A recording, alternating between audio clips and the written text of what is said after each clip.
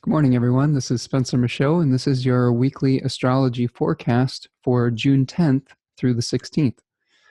I first wanted to say that thank you for giving me a like and whatnot on the Facebook page and the SoundCloud and whatnot. Been getting some nice responses to the last video that I posted, and I just wanted to express my gratitude for that. It's when we're sending things out into the ether webs, it's nice to get feedback and to know that it's reaching people. So I wanted to just give you a thumbs up and a thank you for that.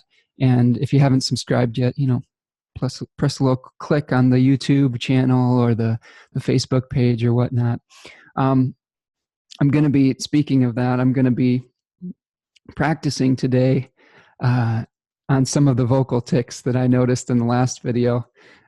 When you first begin to do videos like this, you're basically looking at yourself in a mirror and you start to notice all the things you say.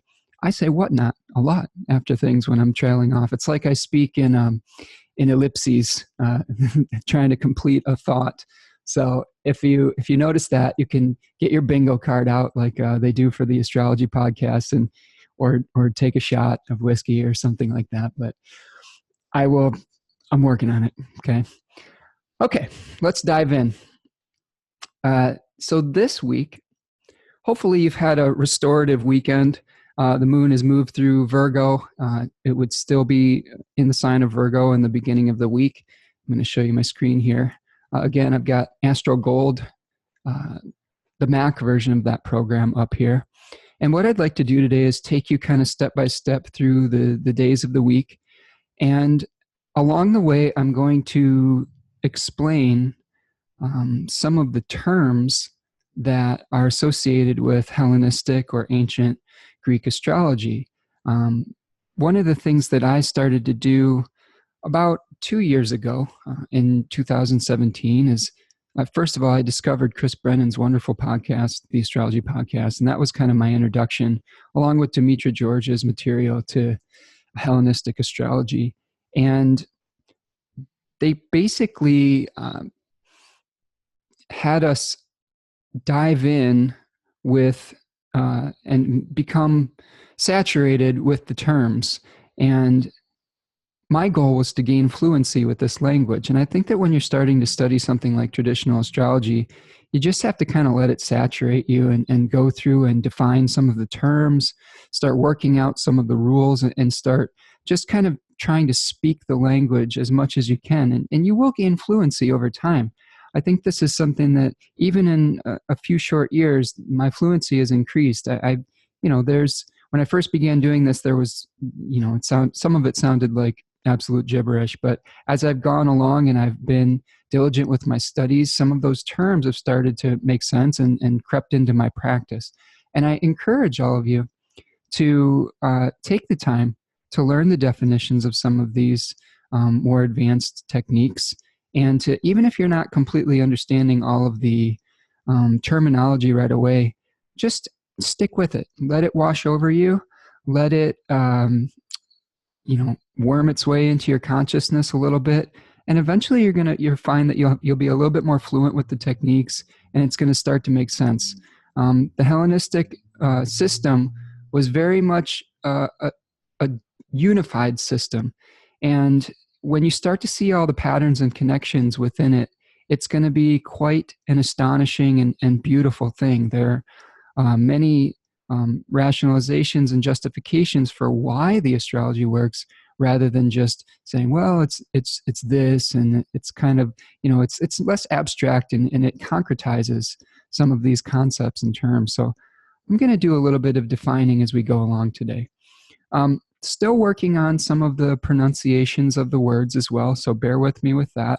I've got a little cheat sheet of Latinized vowel sounds here, and I'm practicing that.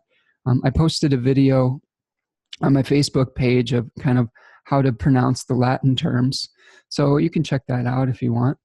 So let's get to it. All right, so on Monday, June 10th, the day of the moon, each day of the week is associated with a planetary deity. We are going to be experiencing the end of the Virgo moon. So Virgo is I mean, the moon is going to be in the third decan of Virgo. And we're going to be kind of completing this trine to this little gauntlet here that we have been running through with the South Node, Saturn, and Pluto. Hopefully over the weekend, you've been able to weed out some of the scheduling conflicts or ideas or overwhelm that you may be experiencing from the beginning of last week at the new moon, and starting to pick and choose the things that you really want to put your energy towards, what stays and what goes. We've had this beautiful mutual reception between the moon and Mercury over the weekend. And I'm guessing that most of you have probably gotten down to business and say, all right, this is how we're going to practically implement some of the seed ideas that were triggered at the new moon. In my last video, I discussed the moon being kind of like a music box that has those pins on a cylinder that are triggering the tuned notes of the music box and creating this celestial music. So I want you to, one of the things that I do every morning, I journal every morning. I learned this from a woman named Julia Cameron in The Artist's Way. Kind of a brain dump where you're getting things out of your head onto the page, even if it's, negative. You're kind of emptying out the cup so that you're receptive for the things that want to come in during the day. And what I've started to do over the last year or so is really be diligent about recording the aspects of the day on the margins and how they are relating universally and relating to my own chart. And it's a very powerful combination when you have those two things lined up along with your thought processes for the day. If you really want to understand astrology, you have to experience it firsthand. And having a running dialogue and basically a list of the things that happened during the day before or how you're feeling during that day is going to be very instructive when it comes to learning how these aspects actually will work in your life. Because I've got a little secret for you. Most of them are going to repeat. This is a big circle that we have here that keeps spinning and spinning and spinning and spinning. And most of the things, all right, most of the faster moving planets, including the moon, is the one that you can really track. And I have an article on my website called Tracking Moon Cycles that you can check out on spencermichaudastrology.com. You're going to see that moon triggering different parts of your life, different planetary placements, and you're going to have the opportunity to recognize some of the things that come up in real time.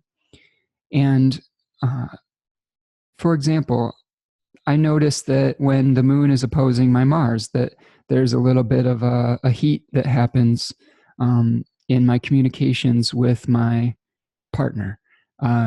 She has the same position of the sun as my Mars is by square. And I know that at that time, there's going to be a potential for potentially more of a, maybe a small argument or something like that. And what I've started to do is say, well, let's take a time out during this period or do something active or give Mars an outlet for this energy so that we don't direct it at each other. And if I can anticipate that, few hours, because it's really only going to last a few hours or so, where there's more of a potential for conflict, I can catch it in the middle of it and say, I see. Okay, this is the test. And that's really the beauty of astrology, is being able to anticipate and see in the moment the types of things that you're going to be experiencing. So that's my first tip and suggestion of the day is keep a journal and mark down some of those aspects in your own chart. And if you need the help of a professional astrologer to kind of make sense of your chart, book a reading. I'm available for readings and things of that nature. If you want to have a personalized reading, it's valuable to be able to sit down with a professional astrologer and kind of get some context with these things. And that's going to really inform your own personal study as well. You're going to be able to start recognizing some of the things that you may have unearthed with the professional astrologer and applying them to your daily life. And then you may only need a check-in once every few months or once a year or something like that. But the more you learn, the more you're going to be able to understand those cycles in real time. And they are cycles. So let's look at Monday here. So the first thing we have is we have the moon completing this trine with both Saturn and Pluto. Okay, so a trine is said to be a beneficial aspect. The ancients believed that the aspects were a visual testimony between planets. They were witnessing one another and having a conversation. And the trine aspect was said to be of the nature of Jupiter. So it was a beneficial aspect that was supportive, that was confirming, that was bridging. So there may be something where you are diving into the depths of the structures of your life, Saturn and Pluto, and, making a plan, getting organized, implementing some of the ideas that have came up rather than just thinking about them in the ether. It's about grounding them and becoming more practical. So that's going to be the first part of the day here.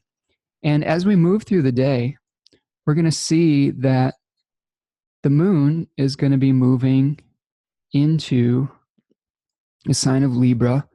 And at the same time, we're going to have this opposition happening between the sun and Jupiter.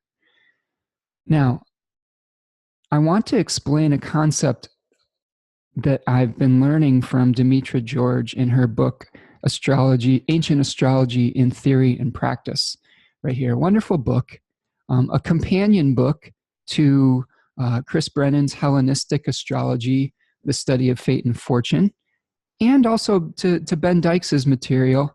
I believe that his version of this, and he has so much material, but he did a book with Abu Mashar that was sort of an introduction to traditional astrology. And those books all kind of live together, I would say. I guess the story goes is that the three of them had a retreat out in Portland and sat and watched the ocean waves come in and discussed what all of these source texts, what their interpretations of them were. And you're going to get a slightly different version from each one of those wonderful teachers. But I would pick up all of those books and see what it means to you. One of the advantages, I think, of Demetra's book in particular is that she has a lot of worksheet style exercises in the end of the chapters, and that's been really valuable for my understanding and practice. And one of the things that I've come across in her book that I noticed with this Monday is Jupiter has a condition called curtailed passage. And I'm going to read you what that means right out of her book. Okay, so the inner and the outer planets, so the inferior planets, the ones that are inside the celestial sphere orbit of the sun, are Venus and Mercury. The superior planets are the ones that are outside of that solar orbit in the order of the planets. And that's Jupiter, Saturn, and Mars. And each of those has a slightly different cycle in relationship to the sun. And they go through phases, just like the moon goes through phases. So what we're experiencing on Monday is sort of a full moon, quote unquote, of Jupiter. So it's of the Jupiter synodic cycle. And synodic cycle is, synodic means its relationship to the sun. So we're going to be experiencing a peak experience of a Jupiter cycle that began on November 26th of 2018. So I want you to think back, and if you're a journaler, go back to your journal and read what was going on that week and what seeds had been planted in the Jupiter-ruled area of your chart. In traditional astrology, most of the planets, besides the sun and the moon, rule two different houses of your chart. And so, for example, in this chart that we have here, and I'm going to see, I'll annotate this for you. In this chart here with Libra rising, we have the third house being ruled by Jupiter and the sixth house. Okay.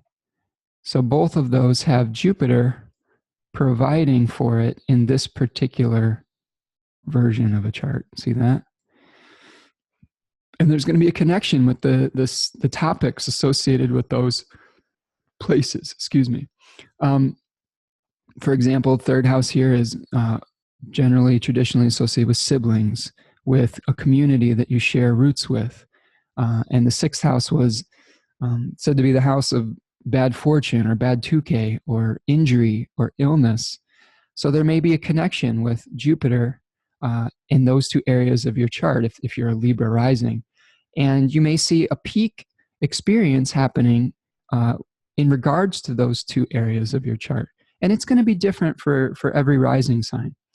That's one of the other advantages of getting a personalized reading is you're going to get much more specific about where these energies are going to be manifesting. So what we're seeing here is an opposition between the Sun and Jupiter, okay? So that's the peak kind of quote unquote full moon type of experience, right? And Jupiter has this sort of strange condition that ancient astrologers described as being in curtailed passage. And it's part of the acronicol phase, all right? And I'm going to quote from Demetra's book right here.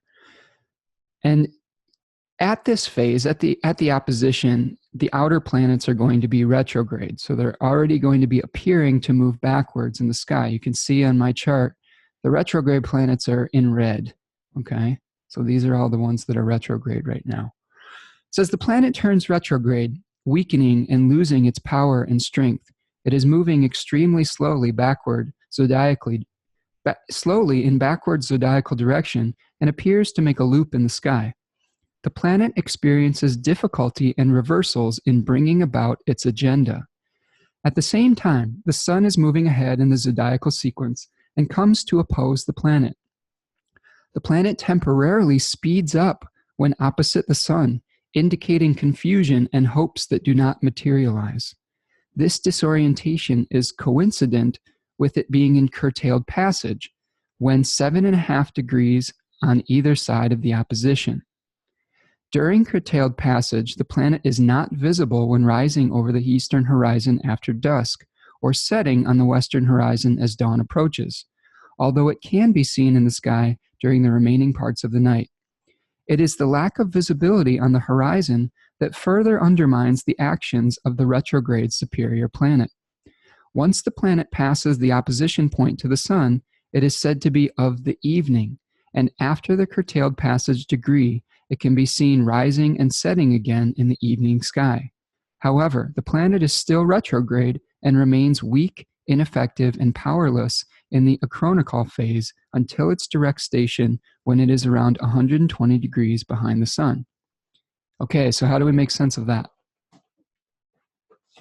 So basically, the way that I would understand this right now is since June 3rd, when this phase began, when Jupiter was within 7.5 degrees of its opposition with the Sun, Jupiter's significations were sort of behind the scenes. They were hidden. Jupiter had more trouble, if you think of him as giving testimony in this particular chart for the third house and the sixth house, the testimony that he is giving, the arguments that he are giving in the court of law or the court of fate, are having more difficulty manifesting through the birth channels, okay? We can think of those deities as the abstract significations of a planet, Jupiter being justice, integrity, bridges, confirmation, stabilization. And those abstract significations are having difficulty manifesting through the birth channel right now when it's in its hidden phase. There are things that are bubbling and brewing underneath the surface, behind the scenes. There may be some sort of conflict that you're trying to work out with those types of things as we approach this opposition here. So be aware that the harmonizing aspects of Jupiter may be having difficulty expressing themselves at this time in particular. The other thing that we're noticing here is that we have Jupiter moving into the square with Neptune. So there's a question of the idealism versus the illusion, the plan versus the goal or the dream.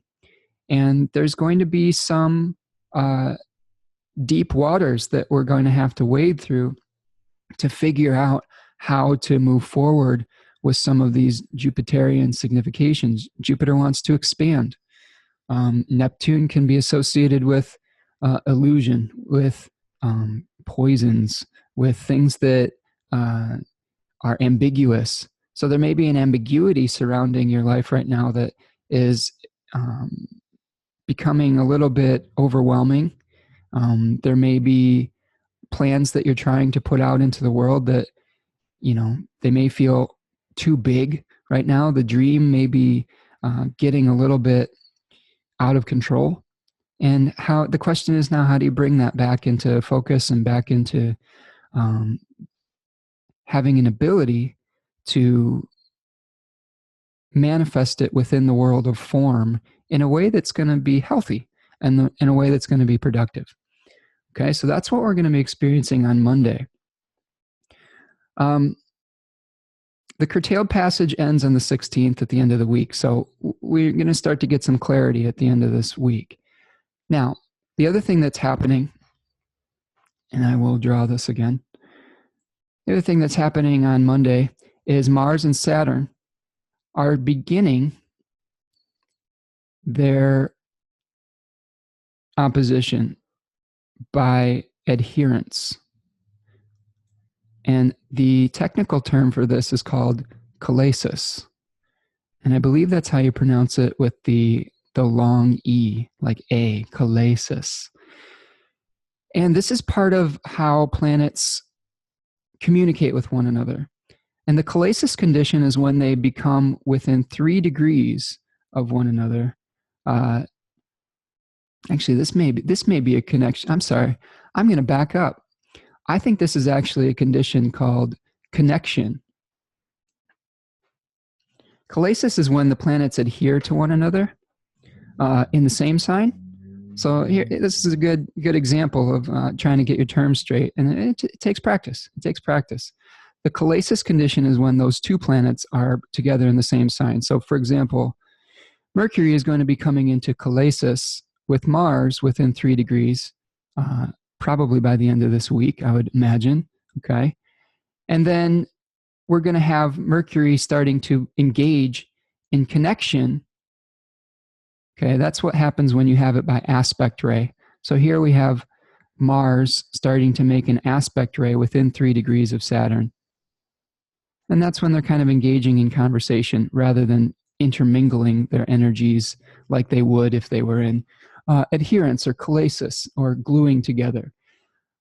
You can think of Demetra George has a really great way of describing the way that the planets come together. And here's the order that she lists. And I took some notes on this today. She describes it as the way that human beings relate to one another. So first of all, when a planet comes into the same sign or into an aspect relationship like we have here, we call that either co-presence or witnessing. So we have a whole sign testimony that's happening, a conversation that begins. They become aware of one another as they move into the same sign or as they move into an aspect relationship. Now, in traditional astrology, they only use the trine, the sextile, the square, and the opposition. They don't use the semi-sextile and things like that. That's a condition called aversion because the planets were said to not be able to see one another. So they were not able to provide testimony or to have a conversation. It's like they're just not even aware of one another. And that's kind of a very challenging position to be in traditional astrology. Like even an argument sometimes is better than no conversation for the most part, unless you've got some malefics happening here. And that can bring some challenges for sure. The malefic planets being Saturn and Mars. So what we have is when the planets come together in their whole sign testimony, they become aware of one another. When they have a condition called assembly within 15 degrees okay, they are starting to meet up and spend some personal time together. Okay, they may be their gaze might start to focus upon one another. And you can think about this as if you're going out on a date and you see someone from across the room and you're starting to, lock in with them. And then we have a condition called connection, or KOLLESIS, all right, or merging bodily. And those are two separate things. The connection is when you have an aspect ray that's connecting the two planets. And the KOLLESIS is when they merge together, unified in the same sign. And that's when they're within 3 degrees of either of those conditions. And you can think of that as like, when they're merging together bodily, that's like a sexual union. So like the date's gone well and they're coming together and with a little business, and with connection, that's like you're engaged in conversation with someone. You're starting to really talk about something important. It's an intimate connection, and the conversation is heated up, for better or for worse. And generally, the conversation is going to be constructive if you have the sextile and the trine, but it may be damaging or challenging with the opposition and the square. As they start to separate, then you have the planets start to withdraw, and that's a condition called aparoia. Okay, and that's like the afterglow. It could be either the afterglow or the residual shock that you experience after some sort of experience with the planet. And I got there's some challenging conversations happening in the sky between these planetary deities and probably in our lives right now. This Mars-Saturn opposition is not something that is easy. These are the two malefic planets. Mars wanting to cut, separate, and burn, being in the sign of its fall, a condition where it is weakened. It's in the temple of the moon, and the moon is offering up family circumstances, domestic circumstances, things related to women, things that are related to nurturing, and Mars is chopping them to bits right now. And that is not a very comfortable position for Mars or for significations related to the moon. And Mars is going to be running headlong into Saturn this week. And starting Monday, it's going to be engaging in that connection, in the opposition. So these aspects don't just happen, especially with these outer planets that move really slow. It's not like they're just happening and they're done. We have a building up of the experience. We have a peak, and then we have a flowing away. And this is true for any type of project or conversation or relationship that you have. There's a building phase, there's a peak phase, and then there's kind of the aftermath. And this week is a lot of the themes of this week are about the building of Mars and Mercury opposing Saturn and Pluto by sign, but we're really going to run into Saturn first. Okay. So Monday, after the moon has gone through its Virgo phase, it's going to start to, let's see if I can get it out of the annotate. It's going to start to move into Libra. And you can see that the moon is going to move out of the mutual reception with Mercury, which is a bummer because that was a nice little thing. And it's going to start to move into the domicile of Venus. So what is going to be happening as the moon moves into Libra? Well, first of all, it's going to make a nice trine to Venus, its host. All right. That is a beautiful condition that we have here. So you can see right here, 2 degrees, Libra is going to be making this nice trine aspect to Venus. So that is a positive conversation that is coming up between those two planets. All right. Venus and the moon are they are both of the night sect. Okay. And they both want, I think, similar things. They have similar guiding principles. And one of the things that Bob Schmidt talks about with the sect conditions is, amongst other authors and whatnot, is the night sect, the planets of the moon, okay, the moon, Venus, and Mars, are generally concerned with diversity and, well, what is it? Diversity and multiplicity. So they're not necessarily trying to unify things. They separate things out. But the moon in general and Venus in general are harmonizing influences depending on both of their conditions. So because the moon has a open line of communication, a positive line of communication to its host, we may be able to start a negotiation at this period of time.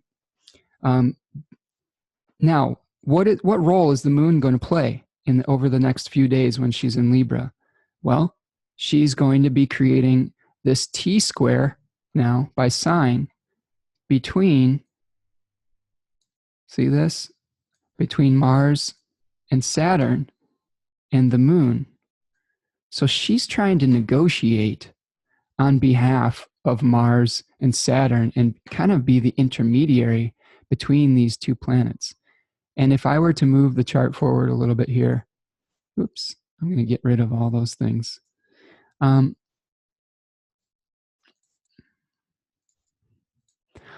You can see as we move forward, she's going to come into a square with both of those planets. She's already in a square by sign. But we're going to see her take on more of this negotiating role. So here we go right here. She's at about 17 degrees by the end of the day on Wednesday. So it's going to be a couple days of that negotiation between Saturn and Mars with the moon playing the intermediary. So the first couple days of the week may be a good time to have some of these conversations. You may feel like you're caught between a rock and a hard place, and you're trying to just kind of make peace. But the moon is helping, and Venus is helping the moon out with that as well. One of the things that we see on Tuesday in particular, let's go back again. Sorry if I'm skipping around a little bit. Got a lot of ideas floating around in my head here. The moon's going to make its square to Mercury and also to Mars and Saturn. And that's going to spark the conversation, I think. That's going to start getting people starting to talk to one another. As we move into Wednesday, Mars is going to be back in bounds. All right. There's a condition that each of the planets sometimes goes through besides the sun, is this out of bounds condition where there are two circles that circle the Earth. You've got the celestial equator and the ecliptic, the path of the sun. And the sun takes a particular path across the sky, and planets rise or fall below that path that the sun is taking.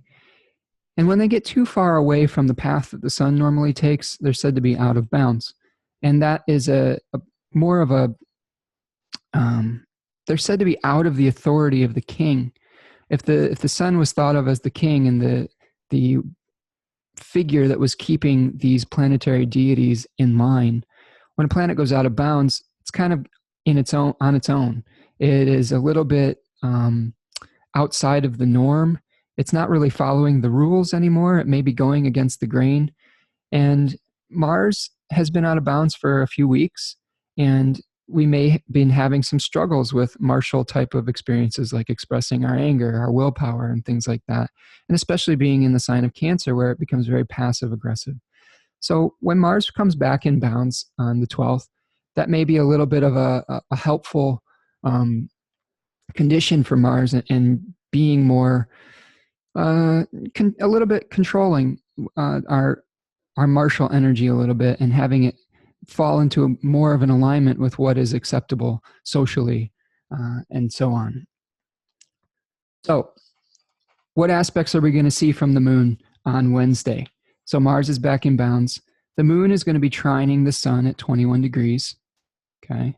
So here we've got, if we move forward, we're going to see the moon come into a trine with the sun, which is a nice supportive aspect with the king. So the king and the queen are getting along here. The moon was thought of as the queen. So that's a nice, nice little aspect for harmonizing with a sense of purpose versus what forms we're trying to bring in to being. So we've got the sun representing kind of a unification, divinity, the same, versus the moon, which is representative of the other forms that are coming into being and passing away with the temporal nature. So there's a nice communication between the unifying principle and the diversity principle that's happening on Wednesday the 12th.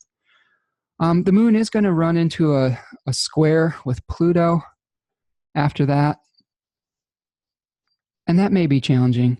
That may bring up some kind of depth experience. Here we see, as we get to 22 degrees, sorry, I went past it. Now we have this square between Pluto and the moon, and that may bring up some emotional depths that need to be dealt with. Luckily, the Libra moon tries to bring balance back into the expression of that, and we may have a little bit more grace dealing with those types of issues than we would have if it were in a different sign. As we move into Thursday, we are going to see the moon move into Scorpio. And the moon is going to lose some dignity when it's in Scorpio, okay? The moon was traditionally said to be in its fall when it was in Scorpio. And you can think of being in fall or depression as the planet being at the bottom of a well, or on the outside looking in on the party like he's, really not in a good position. It's a position of disgrace. It's a position of feeling disempowered. The moon being in the sign of Scorpio is in the domicile or the temple of Mars. So those two energies, even though they are sect mates, generally the moon wants to bond things together and Mars wants to separate them. And Mars is a planet of conflict, whereas the moon wants to nurture. So we're seeing some of those dichotomies that are coming up. We are going to have a mutual reception between the moon and Mars. So that might mitigate some of this a little bit. But one of the big things that I wanted to talk about on Thursday, the 13th, was we've got an opposition from the moon and Uranus, okay? In addition to Mercury starting to come into a KOLLESIS, this time I'm using the term correctly, with Mars. So it is bonding together with Mars here. You can see it's starting to become within 3 degrees and merging its significations together with Mars, okay, on Thursday the 13th. And that's going to really fire Mercury up. It's going to maybe give us some heated conversations. It's going to destabilize some things within the family, especially. And we're also going to see a destabilizing moment with the moon opposing Uranus. Uranus was the Promethean energy, was the fire bringer to humanity. It is a disruptive influence. And we've been seeing these disruptions happen in, Venus-ruled things in regards to women and the choices that they're, quote unquote, allowed to make with their bodies. We've seen this with the Earth destabilizing, with, climate change and, ways that we are protecting or abusing the environment. And the moon is going to be triggering some of that energy on Thursday. And I'm going to continue a theme that I had over the last video where I show you some tarot cards where we kind of get a little bit of a vibe for this, I'm going to stop my share for a second, and I'm going to show you the 2 tarot cards that are going to be some themes with this Moon-Uranus opposition. So we can see that the Uranus is going to be represented by the 5 of Pentacles. That is the first decan of Taurus. Whereas the first decan of Scorpio is represented by the 5 of Cups. And we've got some really interesting themes going on here. First of all, the moon is going to be moving through a decan that Austin Coppock in 36 Faces calls the jawbone. It is a hungry part of the zodiac where there is desire. And one of the things that we're seeing in this card in particular is a little bit of regret and desire for the spilled cups here. So the figure is, you can see that he is looking at the spilled cups and kind of having this moment of like mourning for what he or she has lost, not realizing that he has 2 cups that are still full behind him that may lead him to the bridge across the river to the castle of fulfillment. So this particular card I see as learning to have gratitude for what you still have in your life and not get fixated on desiring what has already passed through your life or what you don't have. And then we see the 5 of Pentacles, where we have 2 figures that are, experiencing some hardship. They look like they're kind of destitute. Austin Coppock calls this the plow. And this was about kind of working the ground and the work necessary to kind of plant the seeds and to make the ground ready to become fertile. And these 2 figures are outside of a church and a stained glass window, and they may either be running away from that or running towards their salvation, so to speak. And one of the themes that was discussed with this card and this decan in particular is that it's not necessarily poverty that these people are experiencing. It could be experienced literally, but it may be the fear of poverty. It may be the fear of lack that is informing the choices and decisions. So I think there's a nice dichotomy between desire and planting and working the land. And these things are going to be kind of coming into conflict with one another. And I think really if I were to give you advice for this particular aspect, and it's very brief, but we're going to be seeing Uranus triggered by various placements over the next decade or so as it spends, the next 7 to 8 or 9 years, depending on retrogrades there, probably 7 years. New moons in particular have been pretty shocking kind of thing. I know in particular I have Taurus is angular in my chart, and at the last Taurus new moon, my landlord said that they were selling our house, and that was kind of a shock. And then at the full moon, some more of the things got revealed, and it's beginning to become resolved to the next new moon, right? So there may be some shocking things that come up, or a peak cycle in regards to that. So remember that the Uranus cycle is a long one. Yes, there may be some shocking events, lightning bolts of awareness, but this is a change that is happening over time. And you don't have to make all the changes at once, but you do have to kind of be aware that there's a certain area of your chart that wants to be revolutionized, that wants to be changed, that wants to be disrupted, that wants to be destabilized because it's gotten crystallized too much. It's gotten stagnant. And anytime we have connections like with the moon as a triggering that music box note of Uranus in the sky or in your chart, it's going to be asking you to roll with that and say, well, how can you be progressive? How can you accept the insecurity? There's a great book by Alan Watts called The Wisdom of Insecurity that I would suggest reading for this Uranus time. and it speaks to not getting attached to the crystallized, world of forms. And this is really the gift that we're going to have with kind of this Moon Uranus opposition. I think is it's going to help us to realize that there are certain areas of our life that need to change. And if you can go through that gracefully,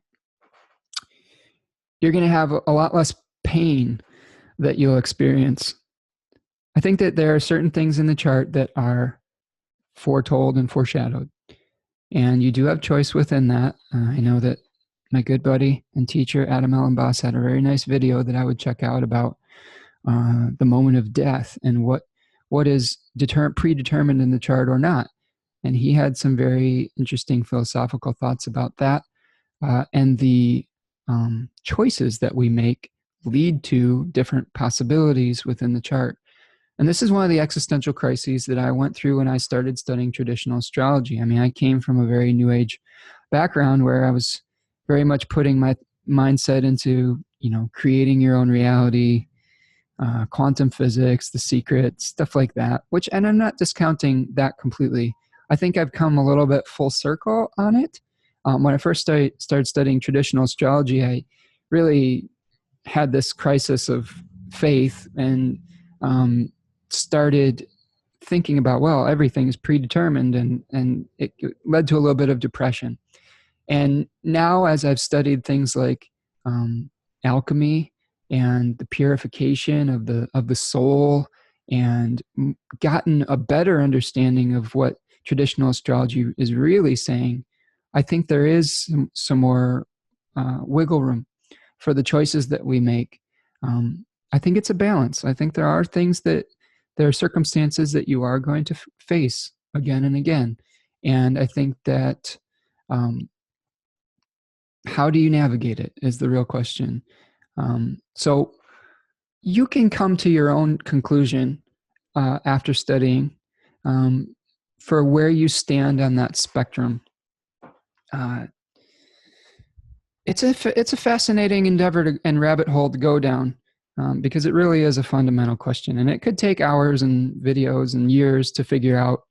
But we'll keep asking the questions. I think that's the thing that I would highly recommend, is just keep asking the question and keep trying to navigate your life with grace. That's really the key, is how can you, it's that serenity prayer.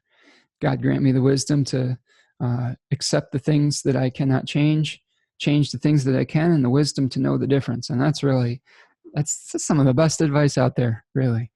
Okay, so we're getting back to Thursday. Forgive my digression here. So we're looking at Thursday. We've got that coming together of Mars and Saturn is going to perfect on Friday. Okay, so if we move forward onto Friday, we're going to see, and when something perfects, it means the aspect becomes exact. So you can see here that around 10:42 a.m., okay, roughly, here we go, Mars is going to be exactly opposite Saturn. And that's probably going to be the peak of this energy that we're experiencing. These events may come to a climax of some sort. There may be some sort of agreement that you come to, or falling out or conflict. You may come up against a brick wall or some sort of obstacle in your path. I'm going to show you the two cards associated with the second decan of Cancer and the second 10-degree section or decan of Capricorn, because these are some of the themes that may be manifesting as we move through Friday and into the weekend. Okay, so here we go. I'm going to stop my share for a minute again, and I'm going to show you we have the Three of Cups and the Three of Pentacles. So Mars is represented by the Three of Cups and Saturn by the Three of Pentacles. Austin Coppock calls the Three of Cups the walled garden, or abundance. In the Golden Dawn, I believe it was abundance. And then we have the Three of Pentacles called The Pyramid in Austin's book. And this is about, we've got a celebration quality and a building quality, a planning quality, and a relaxing quality. More of the celebration versus the let's get down to business type of thing. The walled garden is really interesting. So let's talk about Mars being behind the walled garden right now. Perhaps a lot of the conflicts, the severing qualities are happening behind the scenes, behind the walls of the domestic environment. I happen to have a son in the second decan of Cancer, so I'm familiar with this territory. And Austin compares natives that have these placements to hothouse flowers, which means that they have a very specific set of needs and a very specific set of qualities and an environment that they can flourish within. And I would find that to be true. I really do enjoy having the protective walls of my home. If I'm out in an environment that isn't that is too loud or too crazy, too much energy floating around, too many people's emotions, I start to get really overwhelmed, and I want to just go home and be within the protective walls of my castle, so to speak.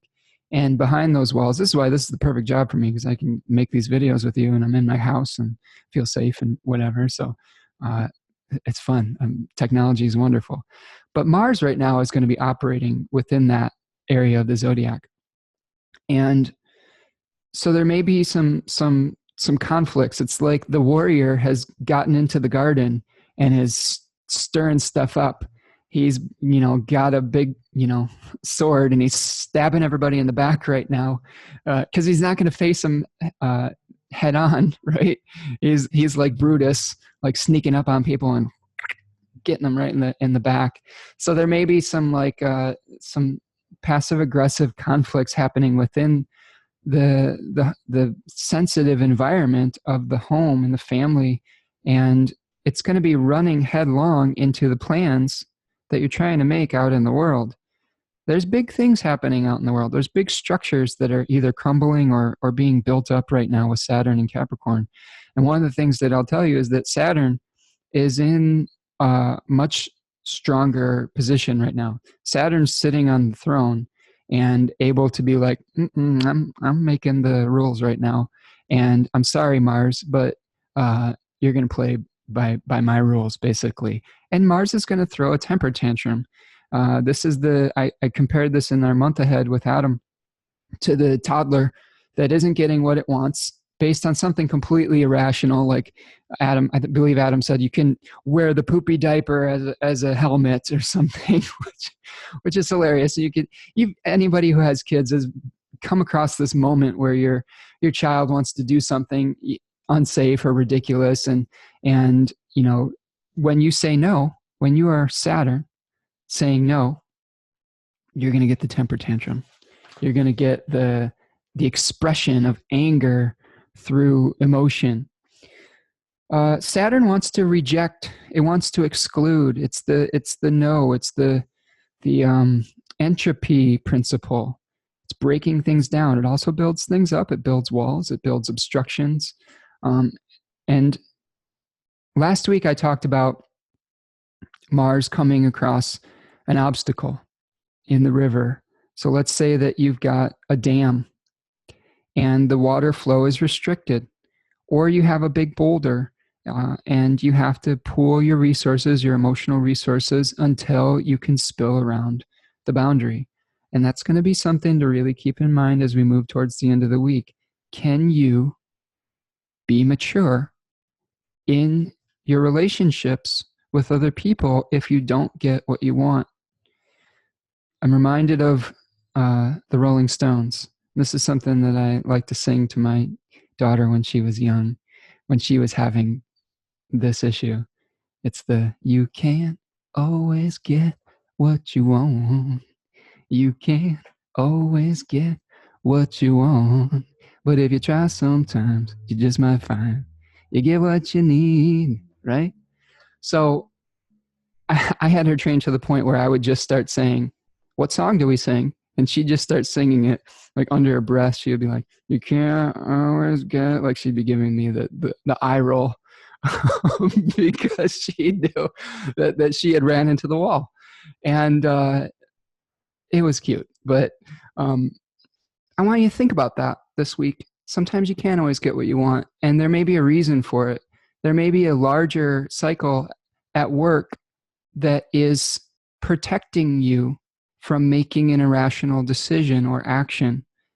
You can thank Saturn this week for giving you the structures and the boundaries that you need to grow into a healthy, creative adult. And I would encourage you to take a deep breath when you come into that obstacle and embrace it rather than resist it. And patience is the key. Saturn is not going to be rushed. Your will is not stronger than the structure right now, and you're only going to be able to wear it down over time. Water is the solvent that wears down the crusty earth, the consolidated earth over time, and time is the vehicle. And I want you to remember that this week as you're heading into the challenging waters of a Mars-Saturn opposition, is that you may not be able to force the cycle. You may have to wait.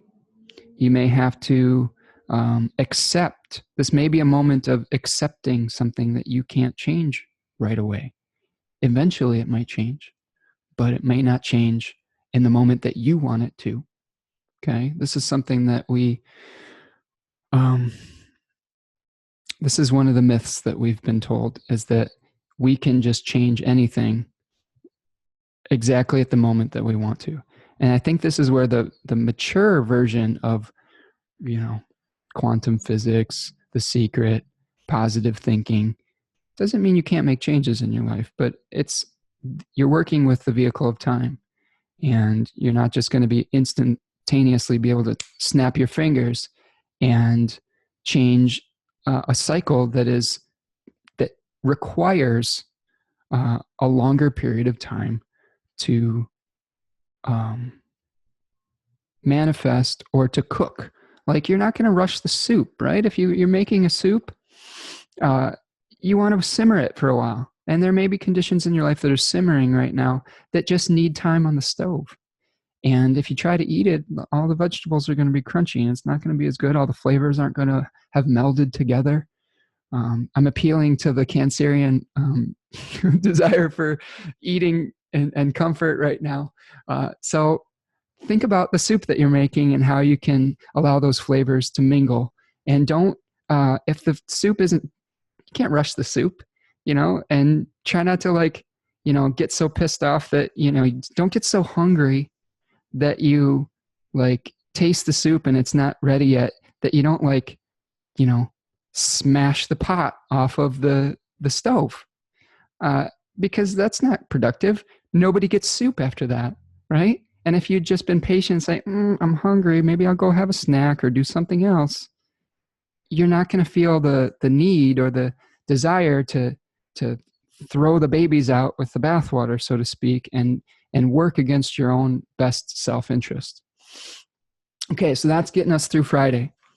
Saturday, what do we got Saturday? Let's look again at our chart. On Saturday, if we click forward, we're going to see the moon is moving through Scorpio. We may feel some dark emotions that are coming up. We may feel some heaviness to I know that I get kind of, being a Cancer and moon ruled, I feel the Scorpio influence in my chart. It moves through my 4th house. So I'm just kind of I don't want to talk to anybody. I don't want to see anybody. I just want to go away for a little while. And depending on where it is in your chart, you may have a similar feeling of I don't want to deal with that. So we'll see what happens.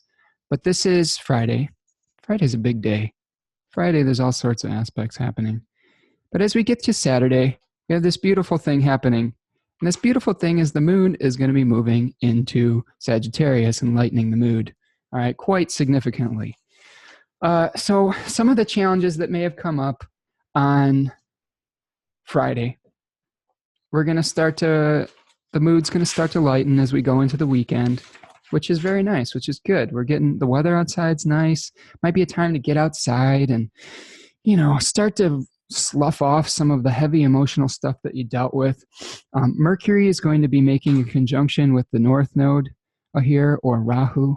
And there's an author named Judith Hill that has a book about the nodes, and she talks about the North Node being a point of increase. So the tide is coming in. So Mercury is going to be really getting a boost when it goes across the North Node, and the communication may start to increase. The ability to see both sides of the issue may start to manifest within the conversations that you're having. The moon is going to make an opposition to Venus. So that's usually a fairly nice kind of thing. You be careful not to get too excessive. You may be so tired after the conflicts of Friday or the end of the week that you're just like, I don't want to deal with it anymore. I'm just going to lay out on the beach or outside under the trees or in the sunshine, hopefully, and maybe just relax and take a little bit of a break. It could lend a little bit of lethargy over the weekend, but you know what? Maybe you've earned it, and maybe you need to allow yourself a little bit of a break after the heavy lifting that we've experienced over the course of the week. On Sunday, Jupiter is going to perfect its square to Neptune at 18 degrees. So we're going to see this happening, let's see, on Sunday. And the moon is also going to be coming into a conjunction, or a co-presence here, a KOLLESIS, if you will, an adherence with Jupiter. The moon and Jupiter are going to be adhering to one another, blending and triggering the significations. So we're going to see that moon is adding to the trigger of the Jupiter-Neptune square. So to me, this is kind of a really nice aspect. There's going to be some good feelings. It may feel like a dream-like quality. Just be careful that you are keeping one pinky toe on the ground during this aspect. Try not to get too, don't make a huge decision about your future during this aspect, because it may not turn out exactly how you were imagining it. We will tend to be manifesting very idealistic thoughts that may or may not be rooted in reality at this point. Okay. This is building to the full moon on Monday, and I'll talk about that a little bit in our next week, but since it's part of a cycle, we're just building to the moment where we're going to have to make a choice. And I would caution you this weekend, as you're relaxing with your mojito on the beach, try to incorporate a little bit of practicality and reality into the idealistic vision. I'm not saying you shouldn't have the vision. I'm not saying you shouldn't try to bring the inner dream into outer reality. But keep a little. Ask somebody for some feedback. You may not be the best judge of it right now. Get your most practical friend. Get your Earth sign friend, like your Virgo, Capricorn friends, and be like, is this real? Is this? Am I thinking of all the practical stuff that this dream may entail or bring into my life? And recognize that it's going to be a process, and you're going to have to take your time with it. You're going to have to make a choice. The full moon that we're coming up across is going to be about choosing one of the paths that are laid out in front of you. It's going to be very difficult to do everything all at once. Gemini energy is splitting its energy in many different directions. Mercury, the ruler of Gemini, loves to destabilize and split in many different directions. Eventually, as we talked about in our month ahead, one of the twins has to die. And by doing that, they both are going to be able to restore balance and, in the story of Castor and Polydeuce, one of the twins has to die, but the other offers up a part of its immortality so the other can live. So by eliminating some of the options, you're actually going to be feeding what wants to live and what makes your heart sing and what will actually bring benefit into your life. So don't be afraid to let a few things go as we head over the weekend to the full moon. All right. I think that's what I have for you today. Thank you very much for continuing to indulge me in some of these things. I hope it's been helpful. Go to the Facebook page and the YouTube channel. Make sure you're subscribed to all of those and share with your friends if you can. And if you need some extra help, don't be afraid to reach out and book a reading. I've got time in my schedule if you want a personalized reading for all of these aspects. We are heading towards a few eclipses in the month of July that are pretty important and pretty energetically charged. So if you need some help navigating that, I'd be more than happy to spend some time with you and sit down and work it out and hopefully help you to formulate a plan to be able to navigate all of those things gracefully and with patience and with, the ability to see the greater picture, the bigger picture. All right. Take care, everyone, and we'll talk soon.